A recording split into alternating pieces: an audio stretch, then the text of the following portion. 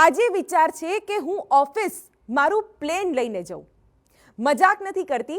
મારે જો મારું પ્લેન લઈને ઓફિસ જવું હોય તો જઈ જ શકું છું, પણ એના માટે મારે અમેરિકાના કેલિફોર્નિયાના એક અલગ જ ગામમાં રહેવા જવું પડે, જ્યાં દરેક પાસે છે પોતાનું એરોપ્લેન. નમસ્કાર, હું છું શિવાની. તમે ક્યારેક કલ્પના તો કરી જુઓ કે રસ્તા પર ગાડી, સ્કૂટર કે રિક્ષા નહીં પણ વિમાનો આમથી એમ ઉડતા હોય. ઘરોની બહાર પ્લેન આમ પાર્ક કરેલા રાખેલા હોય. તમે કહેશો કે આવું તો વળી ક્યાં હશે?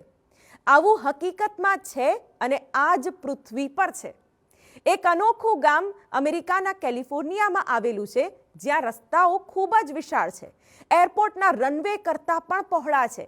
અને રસ્તા પહોળા કરવા પાછળનું કારણ એ છે કે વિમાનને નજીકના એરપોર્ટ પર સરળતાથી લઈ જઈ શકાય.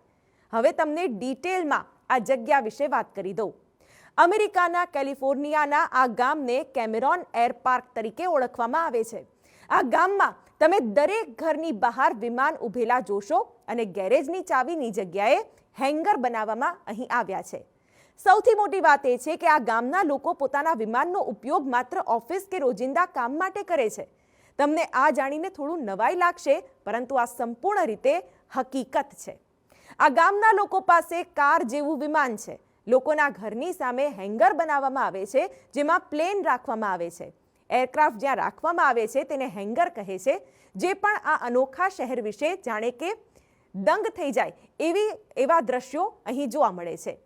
એરોપ્લેનની પાંખોને નુકસાન ન થાય તે માટે રોડ ચિહ્નો અને લેટર બોક્સ ખૂબ જ ઓછી ઊંચાઈ પર મૂકવામાં આવ્યા છે. આ ગામની શેરીઓનું નામ પણ વિમાનોના નામ પર રાખવામાં આવ્યું છે. ઉદાહરણ તરીકે એક રોડનું નામ છે બોઈંગ રોડ. અમેરિકાએ બીજા વિશ્વયુદ્ધ પછી એરોપ્લેનના સંચાલનને પ્રોત્સાહન આપવાનું નક્કી કર્યું હતું, જેના કારણે દેશમાં અનેક એરપોર્ટ બનાવવામાં આવ્યા.